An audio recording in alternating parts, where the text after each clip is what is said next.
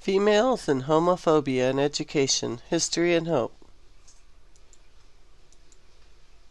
Violence. In the banking concept of education, knowledge is a gift bestowed by those who consider themselves knowledgeable upon those whom they consider to know nothing.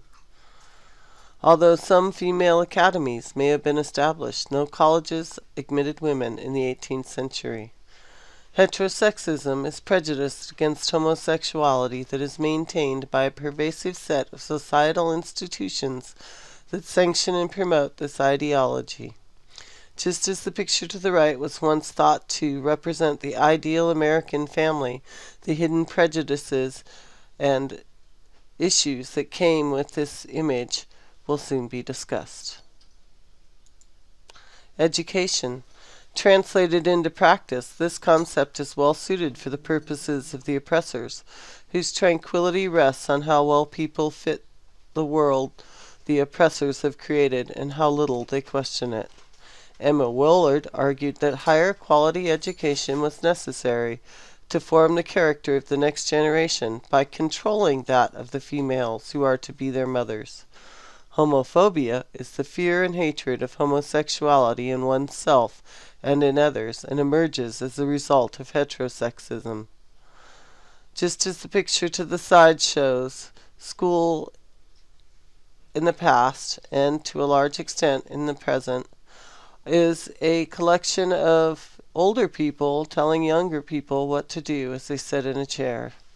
This has worsened the problems for the homosexuals and for the women. Prejudice. The truth is, however, that the oppressed are not marginals, are not living outside society. They have always been inside the structure which made them beings for others. The purpose of the school was to prepare young women to become competent mothers and teachers, as well as fit companions of high-minded and intelligent men. As Smith says, lesbians and gays are the only oppressed group that was born and raised by our oppressors. That's not quite entirely true, though, because women are also raised by their oppressors.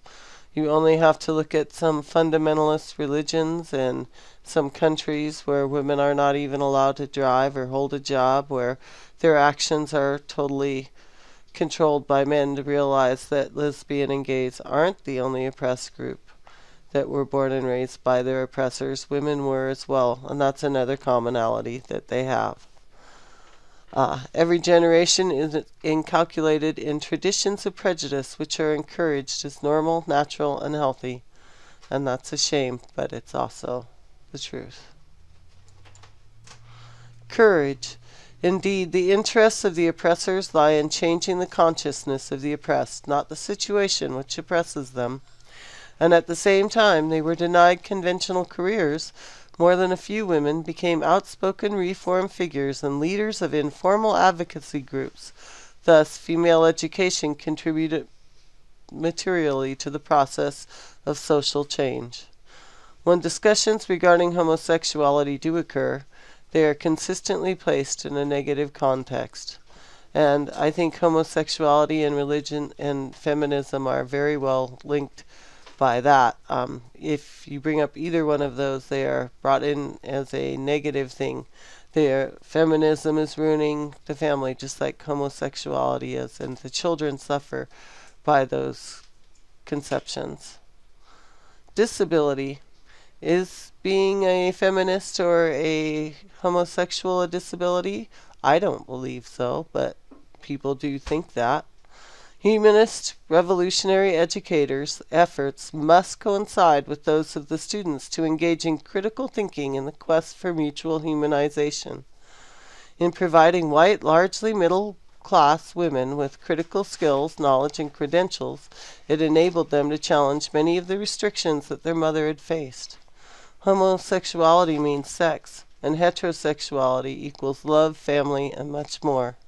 You know, things may never go back to normal. We may need to create a new normal, but that's okay.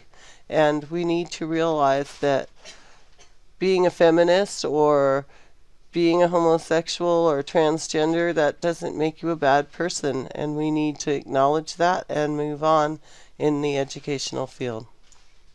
The references are Friar P., Pedagogy of the Oppressed, Rory J.L., Education and Social Change, Cultures and the History of American Schooling, Friend R.A., Choices, Not Closets, Heterosexism and Homophobia in Schools.